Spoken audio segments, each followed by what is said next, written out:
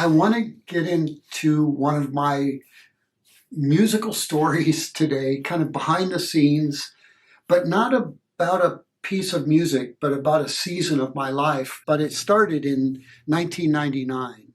But before I do, I just want to say don't forget to subscribe and push the little bell button so you can be notified of upcoming behind the scenes and especially a new series of Resonance music that's coming out very, very soon. I'm working on it right now. So in 1999, my daughter was 12 years old.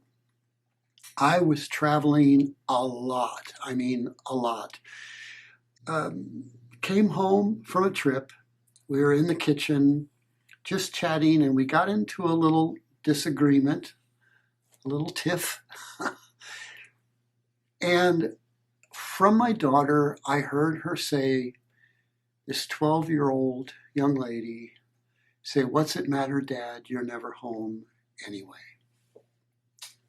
And I said, "Never again." I said, "I will never hear those words come out of your mouth." And I took her into my office and I canceled half of my engagements. Now, there's a lot of reasons that that affected my life. It was financially tough for a while. But I know this, it made a difference in her life and it made a difference in my life. That moment in 1999, I gave up music. I literally gave up everything. I gave all my keyboards away. I gave all my recording gear away. I gave everything away to a young man who was starting a production studio. And I just walked away from music. I was pretty burnt out as well, and I needed that break.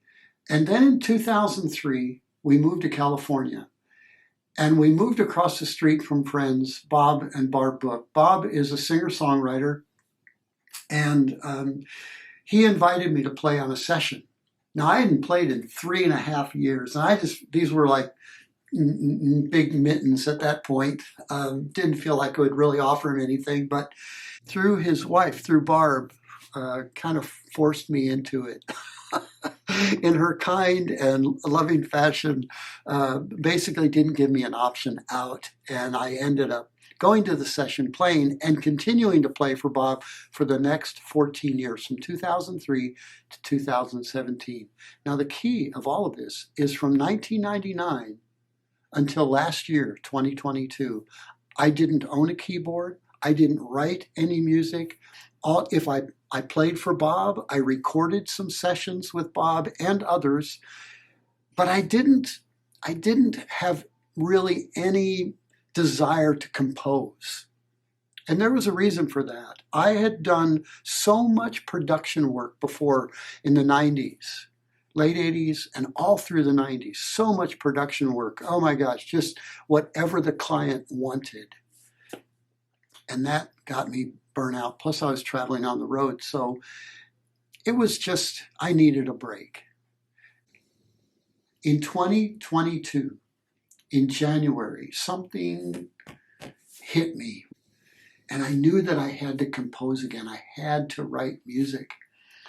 So I had some points on Amazon, and I picked up an Akai MPE 25 note with DAW on it, some sounds.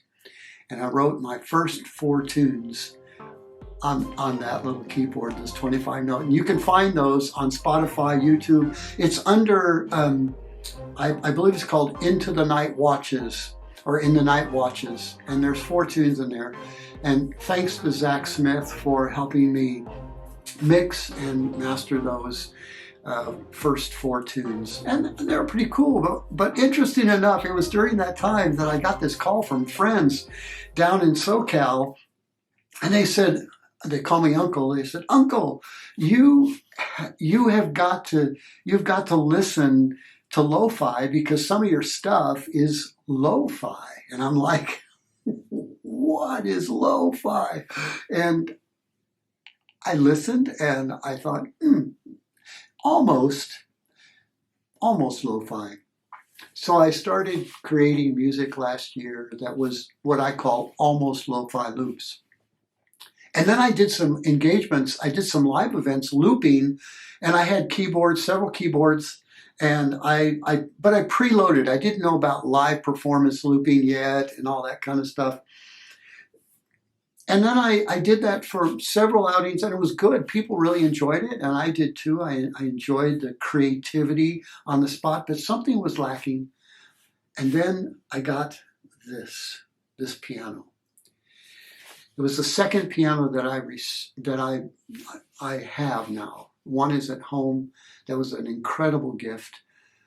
And then this one. And one day I'm going, wait a minute.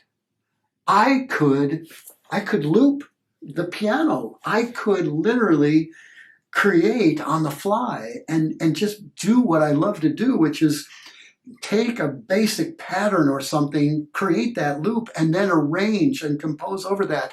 And it just struck me, I have hit a landing place in my musical life that I'm absolutely thrilled by. And I'm getting to release these first from 1999 until 2022, January of 2022. I didn't even own a keyboard, a piano, anything. And now I started with that little Akai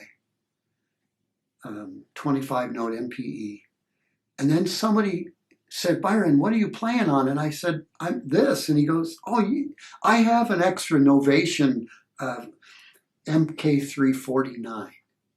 I was like, awesome. I've got a real keyboard, so I mean the real size and then I ended up being able to get the Novation 88 keyboard, and that added on. And then somebody came along and gave to our nonprofit a very wonderful M1 Mac system with a big screen, speakers, for monitoring in the studio. And then I also picked up this Launchpad X, and I'm trading that out to get a Launchpad Pro.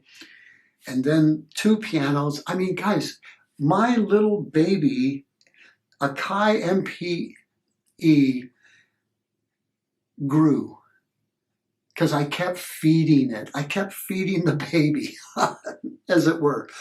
Guys, if you're in any place where you need to feed the baby, you just need to do the next thing. Do it. Please do it. Because look at this. I'm sitting at a grand piano, all because I went after this little bitty baby keyboard, and my baby grew.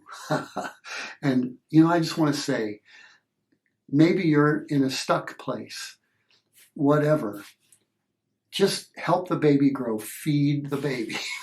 Feed the baby. And, just let it happen, because it will. When you feed the passion of your heart, it will grow. Yeah. I have tunes coming out soon. So, and it's kind of around the holidays, around Christmas. So I've got a peace and a joy, and maybe one called Mystic Mystery, because it's a mysterious time of year. Cool. See you soon.